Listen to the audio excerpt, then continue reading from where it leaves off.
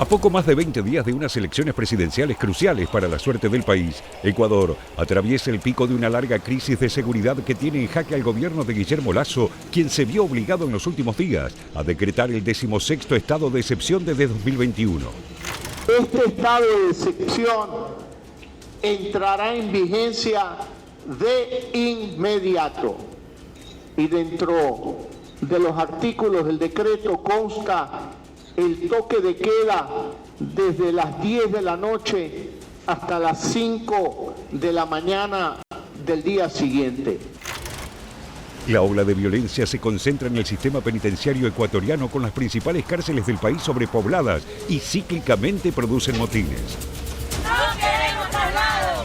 ¡No queremos traslado!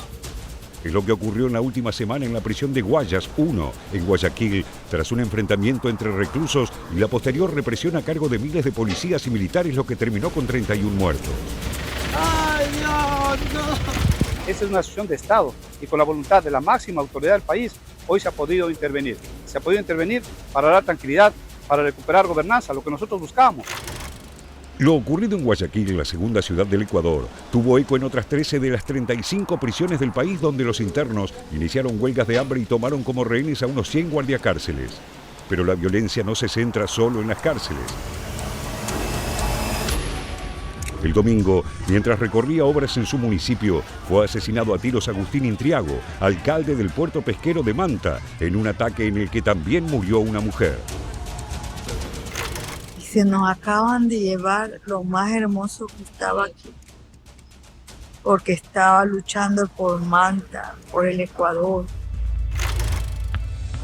Las locaciones de estos brotes de violencia no son casuales. Las provincias costeras de Guayas y Manabí, junto con la de Esmeralda por su ubicación estratégica sobre el Océano Pacífico, se convirtieron en centros de operaciones del narcotráfico. Los números son alarmantes. Entre enero y julio de 2023 se registraron más de 1.500 asesinatos en Guayas y cerca de 400 en Manabí.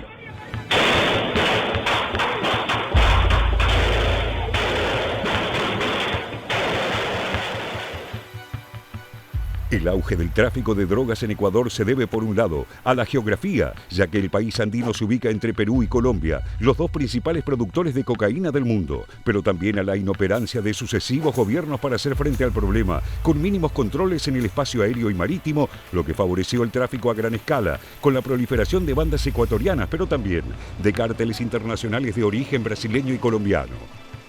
En este escenario, la violencia llegó a su fase actual, en la que el sicariato y los atentados con bombas contra comercios y transportes públicos se volvieron cotidianos. Ecuador decomisó más de 450 toneladas de droga desde 2021, pero el número de incautaciones sigue creciendo. Todo da miedo, oiga, salir a pescar como salir a cangrejear. Para todo da miedo. En medio de esta crisis deben celebrarse unas elecciones atípicas convocadas luego de que Lasso, acorralado por un juicio político, utilizara por primera vez desde 2008 la cláusula constitucional de muerte cruzada que lo habilita a disolver el Congreso y llamar a las urnas.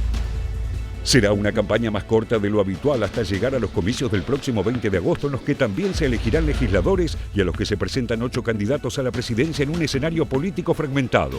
Según las encuestas, Luisa González Alcíbar, la candidata de Revolución Ciudadana, el partido del expresidente Rafael Correa, tiene la mayor intención de voto, pero aún no tiene garantizada una victoria en primera vuelta. La piel no se nos lastima, porque la tenemos vestida de convicción y de patria. Otro de los candidatos es Yacu Pérez, ecologista y representante de un sector de los movimientos indígenas, quien compitió contra Lasso en 2021 y resultó tercero. Hay que acabar con la máquina que fabrican delincuentes. Y esa máquina es un Estado fallido, un Estado corrupto. Esa máquina es el desempleo, es la desnutrición crónica infantil, es la falta de educación, es el empobrecimiento. También aspira a la presidencia el empresario y economista Otto Sonnenholzner, ex vicepresidente de Lenín Moreno, respaldado por una serie de partidos de derecha cuyo lema electoral es Paz, Plata y Progreso. Paz, plata y progreso pa' mi gente. La crisis de seguridad fomenta también la aparición de candidatos que enarbolan un discurso de mano dura, como Jan Topic, apodado el Bukele ecuatoriano, un outsider de la política, ex integrante de la Legión extranjera, muy activo en sedes sociales y apoyado por el derechista Partido Social Cristiano. Yo simpatizo con Bukele en dos cosas, y lo he dicho desde la primera entrevista que di. El tipo la tiene clara, esa claridad de conceptos, que por más trillado, tonto que suene, no veo que la tengamos en Ecuador. O sea, quieres controlar 280.000 kilómetros cuadrados de territorio nacional y no controlas 36 cárceles. Los ecuatorianos se muestran apáticos y los sondeos reflejan un alto número de indecisos, lo que podría significar una baja participación electoral.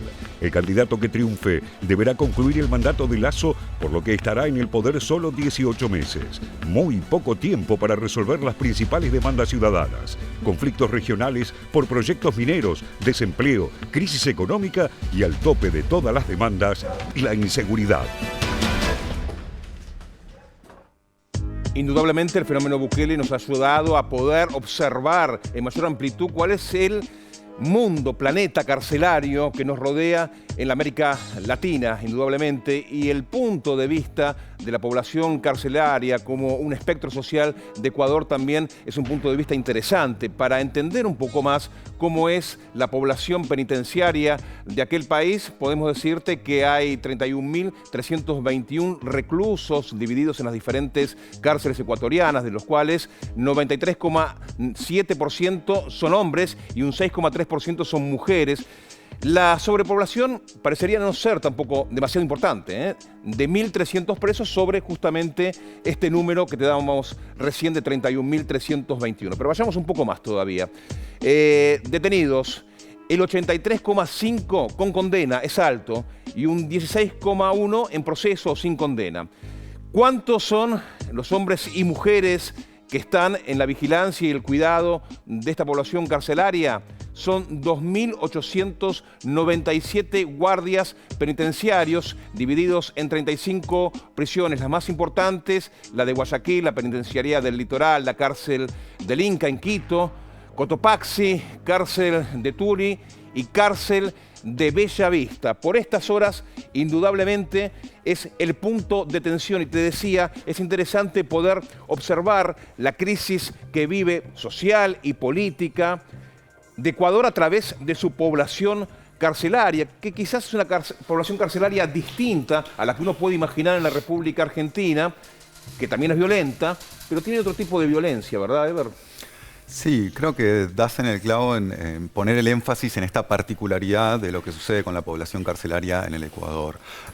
Vamos a recordar algunos, o sumar algunos datos a los que vos señalabas recién, para tratar de graficar un poco cómo durante los últimos 5 a 10 años, podríamos decir, se intensificó el nivel de violencia en el Ecuador y el rol que juega esta población carcelaria, donde conviven distintos liderazgos de bandas delictivas que están a su vez articuladas con el narcotráfico a nivel local y a nivel internacional. En los últimos 6 años, Alejandro, se quintuplicaron las muertes a nivel general en Ecuador, pero ya llevamos en los últimos 2 años 14 masacres carcelarias. La última, la que se vivió durante la última semana, con más de 30 muertos en el marco, como te decía, de estas disputas entre distintas bandas cuyos líderes que se encuentran entonces encarcelados, o formando parte de la población carcelaria del Ecuador, operan desde el interior de las cárceles la organización de estas bandas que a su vez están articuladas con grandes carteles de la droga, como Cartel de Sinaloa, carteles brasileños,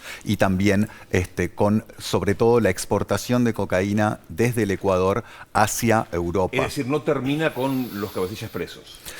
Tenés a buena parte del liderazgo de estas bandas, digamos, encarcelados, pero operando desde el sistema carcelario. Se viven escenas que pueden sonar o parecer surrealistas para nosotros desde Argentina al día de hoy, como por ejemplo durante la última semana uno de los líderes de una de las principales bandas delictivas ecuatorianas, realizando un video desde el interior de la prisión de Guayaquil, anunciando que iban hacia una tregua luego de estos últimos amotinamientos y asesinatos, y realizando ese anuncio rodeado de miembros de su propia banda y a su vez un miembro de la policía formando parte de ese video y generando una gran controversia a nivel nacional para graficar hasta dónde, sí o no, hay cierta connivencia entonces entre las fuerzas, obviamente, de seguridad y carcelarias con estas bandas que operan al interior de las cárceles, que tienen armamentos, que tienen acceso a la posibilidad de organizar el funcionamiento de estas bandas delictivas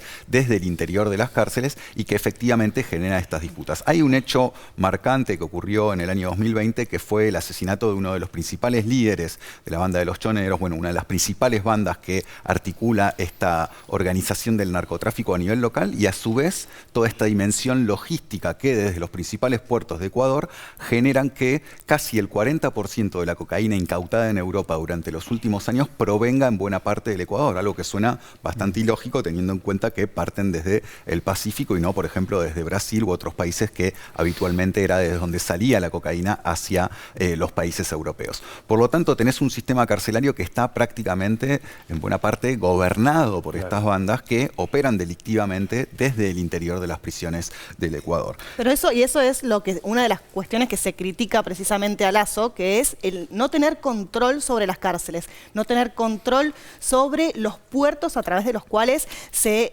exporta la droga, no tener control sobre muchos sectores en donde opera el narcotráfico, judiciales, políticos, bueno, y todos los ámbitos sociales, y que también lleva a que incluso se habla de connivencia, de complot político entre el narcotráfico y, bueno, algunas personas incluso cercanas a él. La pregunta es por qué sucedió esto. Sí, lo que tiene el narcotráfico, y no solo en Ecuador, es dinero, que es lo que no hay en América Latina, o por lo menos lo que escasea para las amplias mayoría de América Latina. Entonces es muy tentador ser parte de ese negocio para millones de latinoamericanos, y Lasso especialmente, pero no solo Lasso, es un ejemplo de gobiernos que no tienen ningún tipo de autoridad, no solo sobre la cárcel, no tiene autoridad, por eso se está yendo, y por eso el siguiente tema son las elecciones. Entonces es muy difícil administrar la escasez, digamos, frente a alguien que tiene muchísimos recursos. Muy Bukele, ¿no? Sí, ahí también creo que es importante señalar un conjunto de condiciones favorables que se generaron en Ecuador, sobre todo, si bien hay una discusión en torno a cuándo comenzó esta vinculación entre bandas de, digamos, pandilleras, podríamos decir así, o bandas delictivas locales con grandes carteles del narcotráfico, si fue durante los últimos años del correísmo, si se inició con la presidencia de Lenín Moreno. En todo caso, lo que está claro es que se intensificó notablemente durante el gobierno de Lasso por razones muy claras que tienen que ver con la desregulación económica a la cual asistimos durante este periodo, estos 2 años que lleva Lasso en el poder, y a su vez un conjunto de condiciones favorables para que estos distintos carteles puedan instalarse y operar desde Ecuador de forma tal de poder articular logísticamente con estas bandas locales, ¿no? Hay condiciones para el lavado de dinero, hay condiciones como por ejemplo la dolarización, que favorece toda una economía en negro en dólares, que permite lavar activos también en el marco de estas economías ilegales, notablemente las de la droga. Por lo tanto, además de la cuestión social y socioeconómica, hay una serie de condiciones políticas y estructurales que han favorecido esta Y hay además una elección, ¿no? Por supuesto. Sí, un poco la elección creo que también demuestra, según lo que estamos viendo en términos de intención de voto, o sea, ¿no? Con la candidata del correísmo midiendo muy arriba, y por ahora sin un repunte de este candidato que escuchábamos en el informe, Jan Topic, que intenta hacer esta suerte de Bukele ecuatoriano. Y creo que, bueno, prueba un punto que tiene que ver con, a pesar de haber una situación parecida en términos de un aumento de la violencia, muestra también que es muy difícil también exportar el modelo Bukele, ¿no? Porque es un modelo que se implanta en una sociedad, primero con una característica muy distinta, para más un escenario de... Son países distintos, ¿no? Y eso ni hablar, o sea, Centroamérica tiene una realidad muy distinta, ¿no?